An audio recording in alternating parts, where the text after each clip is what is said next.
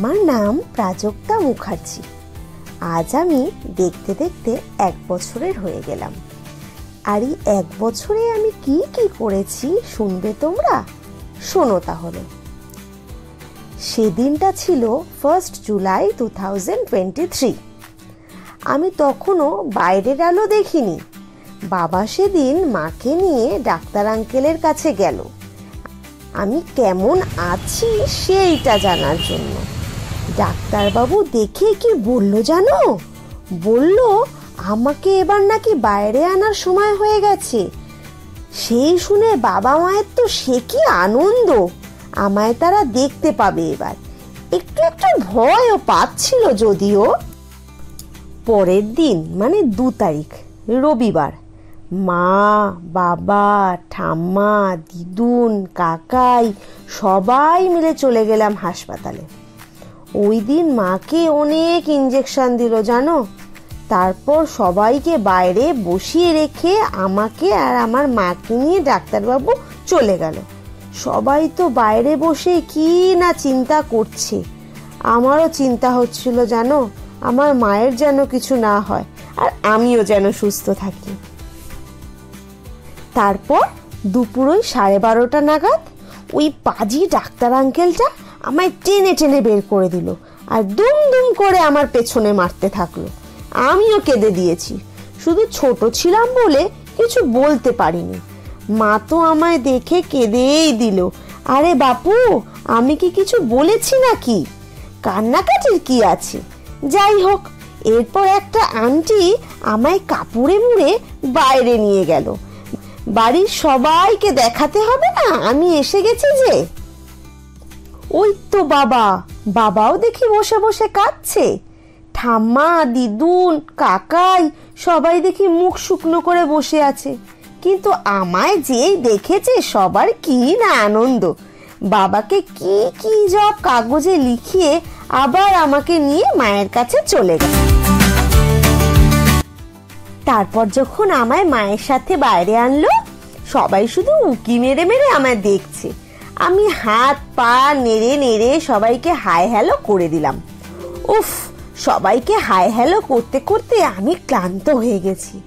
এরপর যারা এসেছে আমায় দেখতে, আমি চুপটি করে শুয়ে শুয়ে শুধু তাদের দেখছি, আর অত হাই হ্যালো করিনি বাপু। শুনলাম নাকি আমায় আর আমার মাকে না দিয়ে সবাই মিলে মিষ্টি খেয়েছে। আমায় কেউ যাচেও নি একবার।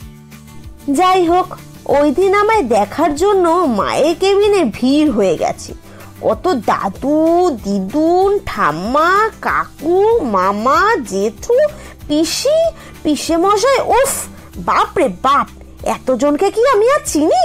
সবে তো এলাম নাকি। তারপর কদিন পর আমায় নিয়ে ওরা যখন বাড়ি এলো, বাড়িতে এসে দেখি বাবা আর কাকাই মিলে আমার জন্য বেলুন দিয়ে বাড়ি সাজিয়েছে। আমি তো খুব খুশি। আমায় সবাই কত আদর করেছিল জানো।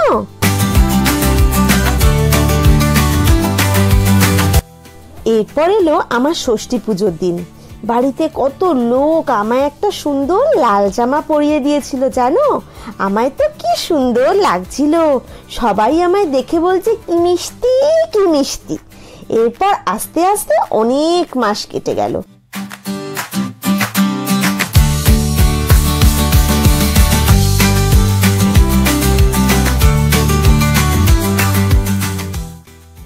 আস্তে আস্তে অনেক মাস কেটে গেল। সবাই আমায় খুব ভালোবাসে, কত আদর করে। আমি তো মা বাবার সাথে দুর্গা ঠাকুরও দেখতে গিয়েছি। বাবা গো, কতগুলো হাত! আমার যদি থাকতো আমি কত খেলনা একসাথে ধরতে পারতাম বলো।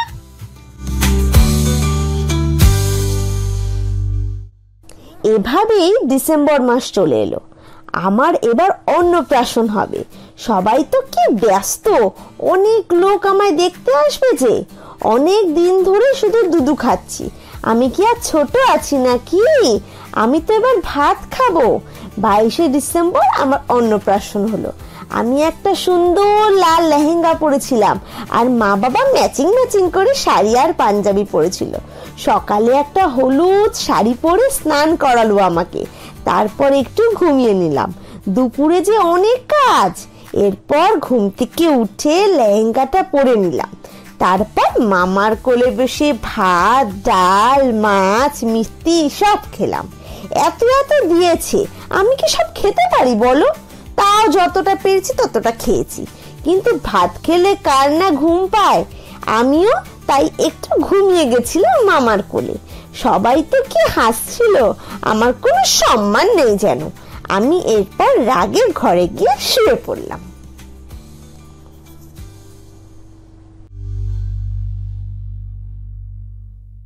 কিন্তু আমি ঘুমোলে কি হবে? সবাই যে অপেক্ষা করছে আমার সাথে ফটো তুলবে, তাই বাধ্য হয়ে অন্য একটা জামা পরে আবার আমি বেরোলাম। উফ, সবাই মিলে আমায় ধরে কোলে নিয়ে ফটো তুলেই চলেছে।